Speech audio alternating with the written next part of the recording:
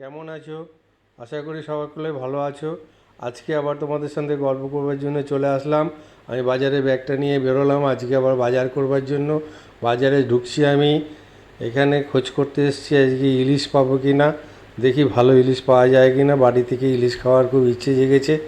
এখানে একটা বাংলার ইলিশ দেখতে পাচ্ছি, কিন্তু ইলিশটা আমার খুব একটা পছন্দ হচ্ছে না।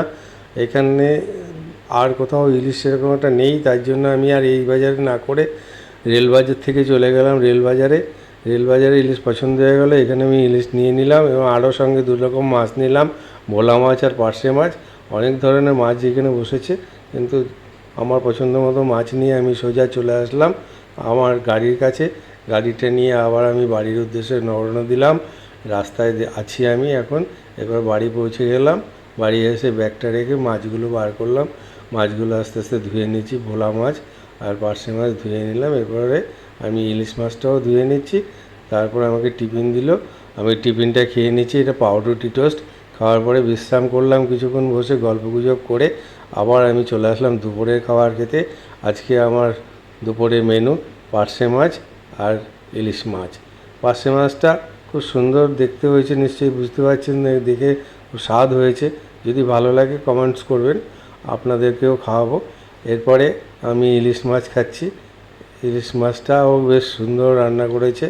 আর ইলিশ মাছটা খাওয়ার দেখতে পাচ্ছেন আপনারা, ইলিশ মাছের ঝোল, স্বাদ মতো ইলিশ মাছের ঝোল রান্না করেছে।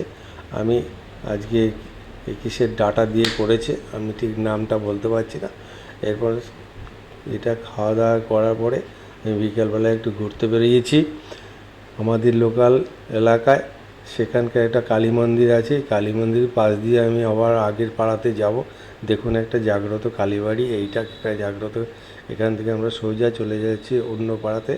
এই পাড়াতে আবার আমাদের ফাংশান হচ্ছে, আমারই পাড়ারই নিকটস্থ পাড়া। এখানে ফাংশান হচ্ছে।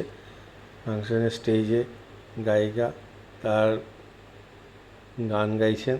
আমি দাঁড়িয়ে কিছুক্ষণ ফাংশান দেখলাম, বেশ ভালো লাগছে। লোকজন জমা হয়েছে, অনেক লোকজন এসছে, বেশ ভালোই ফাংশান জমে উঠেছে। আমি বেশিক্ষণ ফাংশান না দেখে সোজা বাড়ির দিকে রওনা দিলাম। আর বেশিক্ষণ থাকতে পারলাম না। তাই বন্ধু, আজকে এইখানে শেষ, আবার দেখা হবে।